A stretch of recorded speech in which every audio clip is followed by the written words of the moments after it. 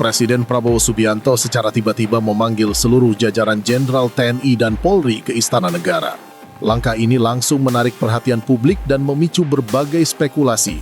Bukan tanpa alasan, pemanggilan para petinggi militer dan kepolisian dalam satu forum tertutup selalu menyiratkan pesan lebih dalam daripada sekadar rapat biasa. Publik pun bertanya-tanya, agenda besar apa yang sedang disiapkan negara? Apakah ini hanya rapat rutin tahunan yang terjadwal? Ataukah ada sesuatu yang jauh lebih serius, lebih strategis, bahkan berpotensi mengubah arah kebijakan pertahanan dan keamanan nasional? Pertanyaan itu muncul seiring situasi kawasan yang belakangan dianggap tidak sepenuhnya stabil. Sorotan publik semakin tajam ketika pertemuan ini dikaitkan dengan dinamika geopolitik Indonesia dan Malaysia yang tengah menghangat. Dalam beberapa waktu terakhir, hubungan kedua negara diuji kembali oleh isu lama yang tak pernah benar-benar padam, Blok Ambalat di Laut Sulawesi. Di Malaysia, isu Ambalat kembali mencuat setelah Dewan Perwakilan Rakyat negara tersebut mendesak Perdana Menteri Anwar Ibrahim untuk bertindak tegas. Desakan ini bukan sekadar wacana diplomatik. Beberapa anggota parlemen Malaysia bahkan secara terbuka meminta pemerintah menguasai kembali Blok Ambalat, wilayah yang secara hukum internasional dan sejarah telah menjadi bagian dari kedaulatan Indonesia. Tekanan politik internal Malaysia berkembang menjadi tuntutan ekstrim. Tidak lagi sebatas retorika, sebagian parlemen mendorong opsi penggunaan kekuatan militer secara nyata. Pernyataan Perdana Menteri Anwar Ibrahim yang menyebut hanya ada dua pilihan perundingan atau perang menjadi alarm bagi banyak pihak, bukan hanya bagi Indonesia, tapi juga bagi stabilitas Asia Tenggara secara keseluruhan. Konflik terbuka antara dua negara bertetangga bukan sekadar soal hubungan bilateral. Potensi dampaknya bisa mengguncang keamanan regional. Dalam konteks ini, langkah Presiden Prabowo Subianto memanggil seluruh jajaran Jenderal TNI dan Polri ke Istana Negara dipandang oleh banyak pengamat sebagai keputusan strategis. Pertemuan pada 9 Februari 2026 ini diyakini bukan sekadar agenda administratif, melainkan upaya menyeluruh untuk menyamakan persepsi, memperkuat koordinasi, dan memastikan kesiapan nasional menghadapi segala kemungkinan. Sejak awal kepemimpinannya, Prabowo dikenal sebagai sosok yang memahami isu pertahanan dan keamanan secara mendalam. Latar belakang militernya membuatnya terbiasa membaca situasi jauh sebelum krisis terjadi. Karena itu, banyak pihak menilai Presiden telah mencermati dinamika Indonesia sejak awal, termasuk potensi eskalasi jika tekanan politik di negara tetangga meningkat.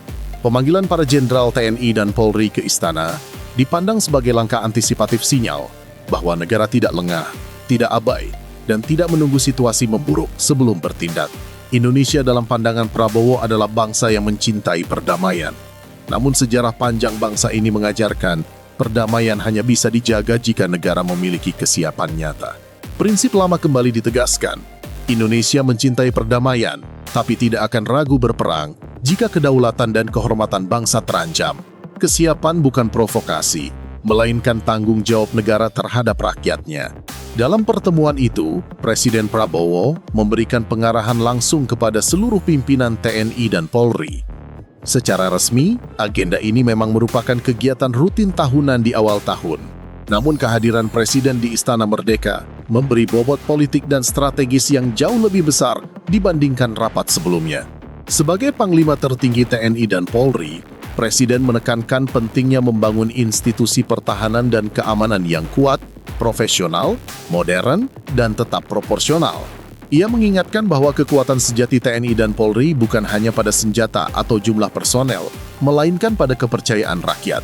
Pesan utama Prabowo jelas, TNI harus tetap menjadi tentara rakyat, Polri tetap menjadi polisi rakyat. Keduanya hadir sebagai institusi yang melindungi, mengayomi, dan dicintai masyarakat. Di sisi lain, ketegangan politik Malaysia menggambarkan realitas yang keras. Siapa sebenarnya yang tidak jujur? Jika proses belum final, katakan belum final. Namun bantahan keras dengan nada terpojok selalu meninggalkan dampak. Kepercayaan publik runtuh, hubungan antar parlemen memburuk. Isu teknis berubah menjadi soal martabat. Martabat masuk ke arena diplomasi. Dan disinilah uang bukan fokus utama, ini soal etika antar negara. Di meja diplomasi, semuanya terlihat rapi. Bahasa halus, pernyataan normatif, komitmen kerjasama. Indonesia tetap mengikuti jalur resmi, tidak bermain opini, tidak melompati prosedur. Namun begitu isu ini masuk ke parlemen Malaysia, nada berubah total. Sidang pada 4 Februari 2026 meledak. Interupsi saling bertabrakan, kata-kata kasar terlontar, bahkan tudingan biadab muncul terhadap Perdana Menteri sendiri. Itu bukan situasi sehat, itu tanda masalah internal yang belum selesai.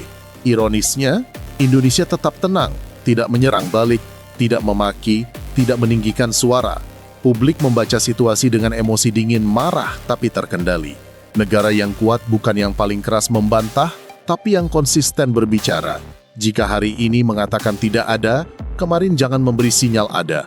Bantah dengan data, bukan emosi. Malaysia bukan negara kecil. Indonesia juga bukan negara sembarangan. Stabilitas Asia Tenggara tergantung konsistensi komunikasi. Kini persoalan bergeser ke ranah etika, bukan sekadar teknis perbatasan. Dalam hubungan antar negara, aturan tertulis dan tidak tertulis sama pentingnya. Kepatutan dan tanggung jawab moral menentukan apakah sebuah negara dipercaya. Malaysia menolak diskusi soal tanggung jawab, bukan pemanfaatan wilayah. Inilah yang membuat banyak pihak geleng kepala. Indonesia berdiri di posisi logis. Jika proses sah, buka semuanya secara jujur. Pihak bersih tidak alergi terhadap transparansi. Dalam kesempatan itu, Presiden juga menyampaikan apresiasi kepada TNI dan Polri atas kinerja mereka lebih dari 1 tahun kepemimpinannya. Kedua institusi dinilai memainkan peran penting dalam stabilitas keamanan, mengawal pembangunan nasional, dan membantu pemerintah dalam situasi krisis. Dedikasi ini diapresiasi dan harus terus ditingkatkan. Presiden menekankan persatuan dan soliditas nasional. Di tengah dinamika global dan regional, persatuan adalah modal utama bangsa untuk bertahan dan maju. Tantangan ke depan tidak akan ringan. Perubahan geopolitik, ancaman non-konvensional, konflik kawasan, hingga perang informasi menuntut negara selalu waspada. Soliditas TNI dan Polri menjadi kunci stabilitas nasional. Menjawab spekulasi publik, isu sensitif tentang kemungkinan Polri berada di bawah kementerian tertentu tidak dibahas. Fokus rapat sepenuhnya pada penguatan institusi, peningkatan profesionalisme, dan kesiapan menghadapi tantangan strategis. Presiden juga menekankan pentingnya sistem penghargaan bagi personel berprestasi, kenaikan pangkat, pendidikan lanjutan, atau bentuk apresiasi lain yang memperkuat moral pasukan dan budaya kerja.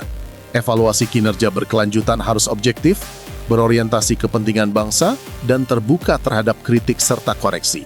Selama 1 tahun terakhir, TNI dan Polri tidak hanya menjaga keamanan, tapi juga berperan aktif dalam penanganan bencana, distribusi bantuan kemanusiaan, dan pembangunan infrastruktur di daerah terpencil.